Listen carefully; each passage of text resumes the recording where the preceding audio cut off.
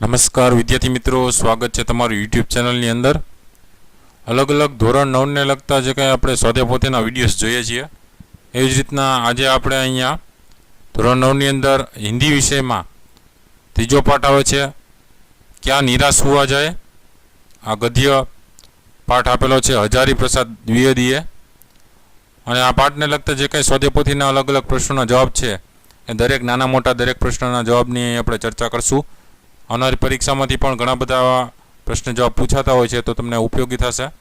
તો વિડીયો અંત સુધી જોજો. વિડીયો ગમે તો લાઇક કરજો અને તમારા મિત્રોને પણ વિડીયો શેર કરજો. સાથે ચેનલને સબસ્ક્રાઈબ ન કરેલી હોય તો ચેનલને પણ સબસ્ક્રાઈબ જરૂરથી કરી લેજો, જેથી કરીને નવા જેટલા આવા વિડીયોઝ મુકાય એની નોટિફિકેશન સૌપ્રથમ તમને જોવા મળે. બીજા ઘણા બધા ચેનલમાં વિડીયોઝ મુકાઈ પણ ગયા છે, તમારે જોવા હોય તો પ્લેલિસ્ટમાં જાજો.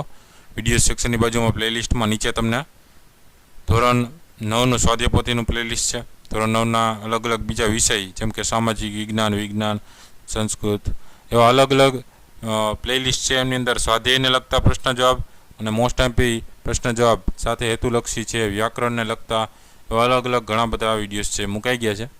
ન જોઈએ તો જોઈ લેજો, આવનારી પરીક્ષામાં એ પણ ઉપયોગી થશે. અહીંયા આપણે પાઠ ત્રીજાની અંદર અલગ અલગ પ્રશ્ન જવાબ જોતા જઈએ. વિભાગ પહેલો આવે છે ગદ્ય આધારિત પ્રશ્ન જવાબ. पहला प्रश्न है सही विकल्प चुनकर रिक्त स्थानों की पूर्ति कीजिए. पहला प्रश्न है ड्राइवर को मारपीट से खाली जगह ने बचाया.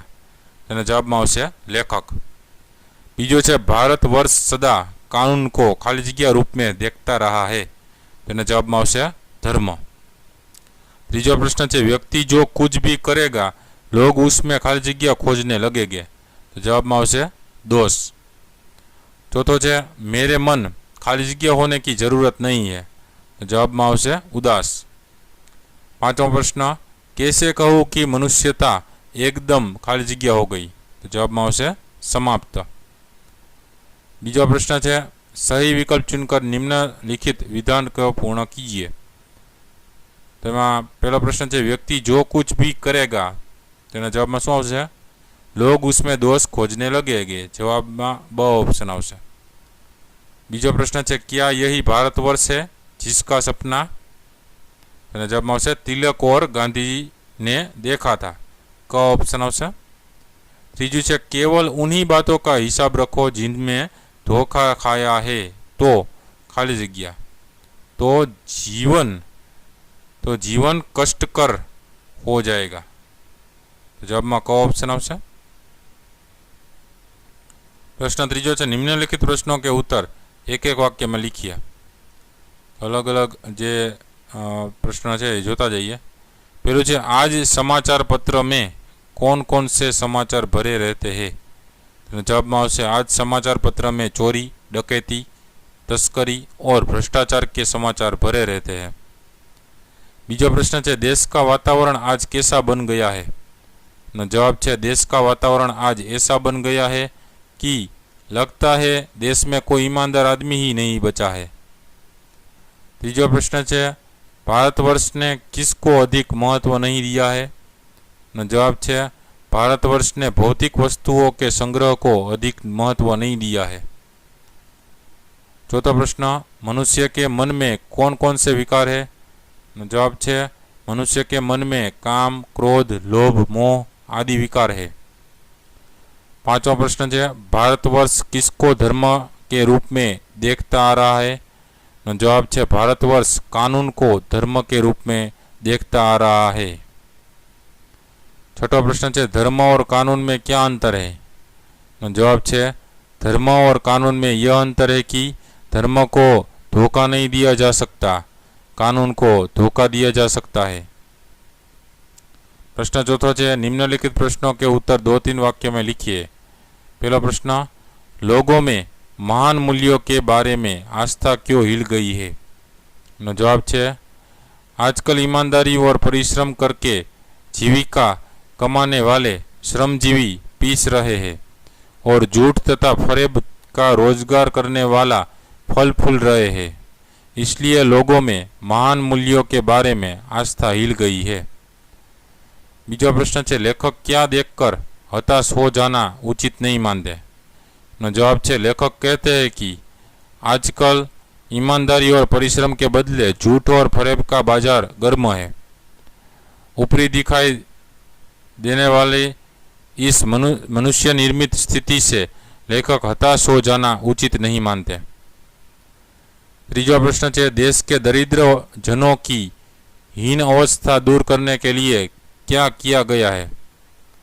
जवाब है, देश के दरिद्र जनों की हीन अवस्था दूर करने के लिए शासन ने अनेक फायदे कानून बनाए हैं। इनका यही लक्ष्य है कि कृषि, उद्योग, वाणिज्य, शिक्षा और स्वास्थ्य के क्षेत्रों में लोगों की स्थिति को अधिक उन्नत और सुचारू बनाया जाए। चौथा प्रश्न है, किसी के दोषों का पर्दाफाश करना कब बुरा बन जाता है?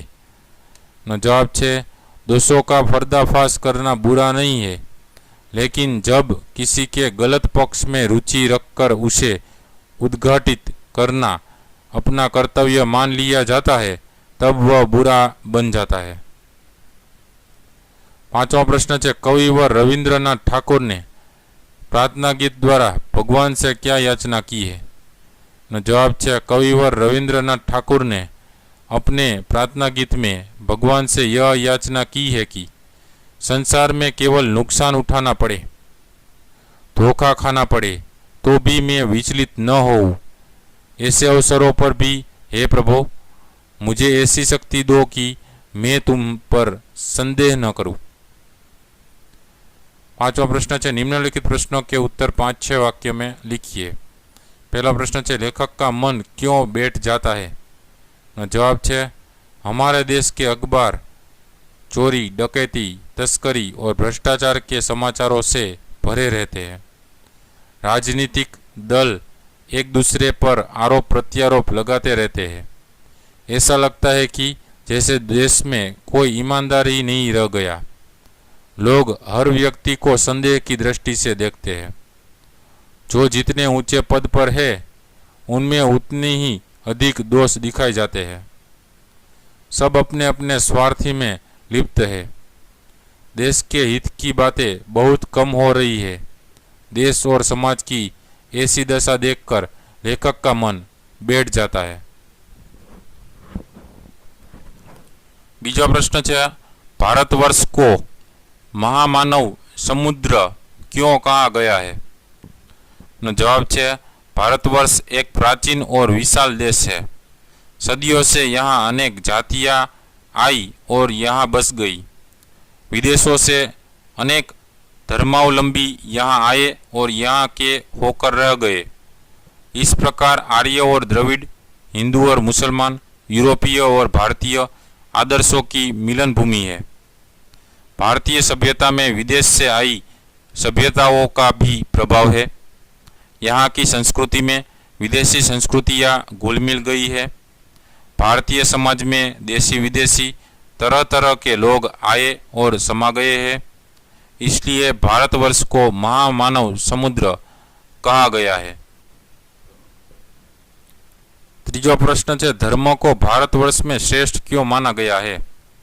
जवाब है, शासन और समाज की सुख सुविधा के लिए सरकार तरह तरह के कानून बनाती है, लेकिन भारतवासियों की दृष्टि में धर्म कानून से बड़ा है।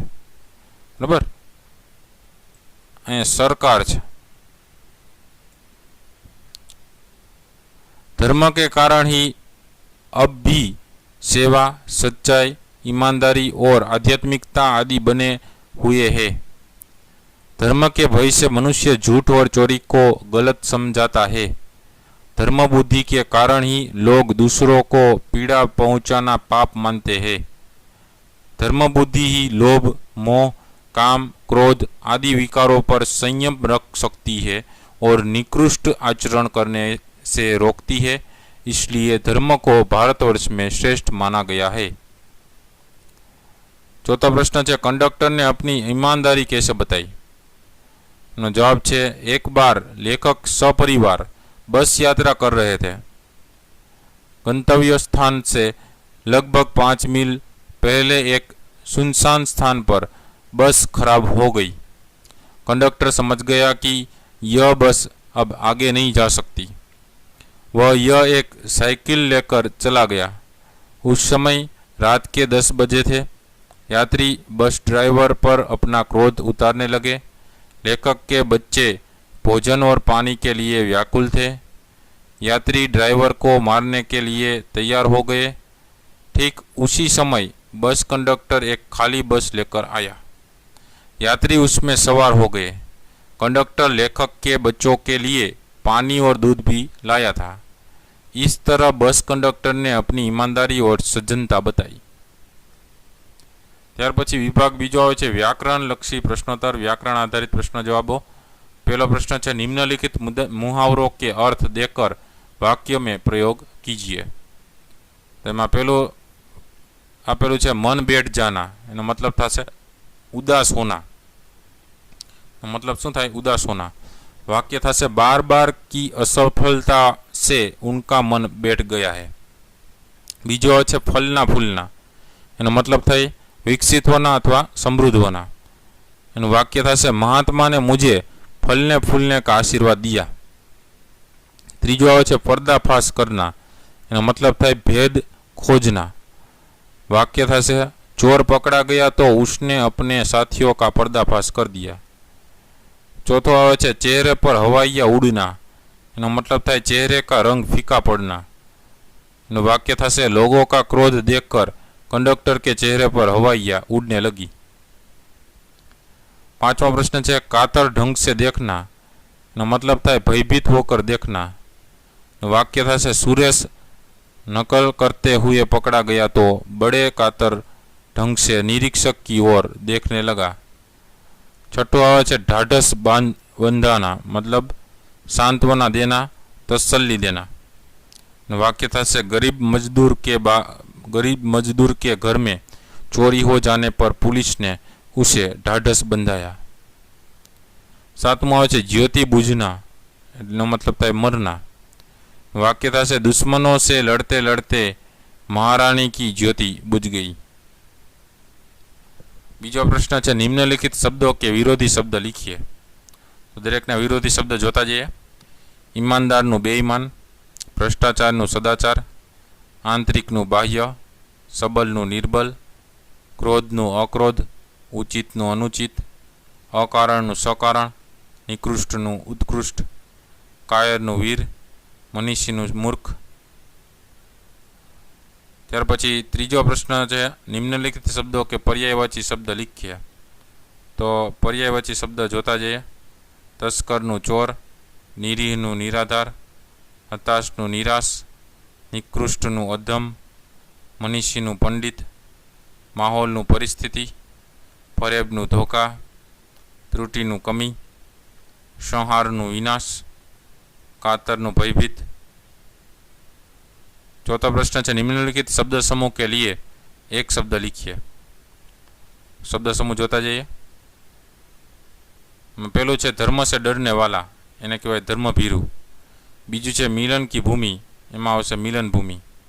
त्रीजू है सुख देने वाला, एमां थशे सुखद। चौथुं है पुराने ख्याल वाला, एमां थशे तकियानुसी। पांचमું है कसोटी पर खरे उतरे हुए, ने कहवाय परीक्षित। छठुं है रास्ता भूला हुआ, नो थशे गुमराह। पांचवा प्रश्न है निम्नलिखित शब्दों के उपसर्ग पहचान कर लिखिए। तो दरेकनी संधि छूटी पड़ता जवानी ना उपसर्ग प्रमाणे, जेम के बेईमाननु बे प्लस ईमान, परिवर्तननु परि प्लस वर्तन, परिश्रमनु परि प्लस श्रम, निरीक्षकनु निहि प्लस इक्षक, प्रत्यारोपनु प्रति प्लस आरोप, विदेशनु वी प्लस देश, सपरिवारनु स प्लस परिवार, व्याकुलनु वी प्लस आकुल, उपेक्षानु उप प्लस इच्छा, निराधारनु निस प्लस आधार। छठा प्रश्न है निम्नलिखित शब्दों के प्रत्यय पहचान कर लिखिए। तो दरेकना प्रत्यय है शुं आवे छे जोता जाइए। जेम के निबंधकारनु निबंध वत्ता कार, धोकेबाजनु धोखा प्लस बाज, बेईमानीनु बेईमान प्लस ई, भौतिकनु भूत प्लस इक, महत्वनु महत वत्ता त्व, आध्यात्मिकतानु आध्यात्म वत्ता इक वत्ता ता, તસ્કરીનું તસ્કર પ્લસ ઈ, પરીક્ષિતનું પરીક્ષા પ્લસ ઈત, આંતરિકનું અંતર પ્લસ ઈક, નિરીક્ષકનું નિરીક્ષ વત્તા ક, રાજનીતિકનું રાજનીતિ વત્તા ક, ઈમાનદારનું ઈમાન પ્લસ દાર, યુરોપિયનનું યુરોપ પ્લસ ઈય, માનવતાપૂર્ણનું માનવ વત્તા તા વત્તા પૂર્ણ, સમર્થકનું સમર્થ વત્તા ક, લેખકનું લેખ વત્તા ક।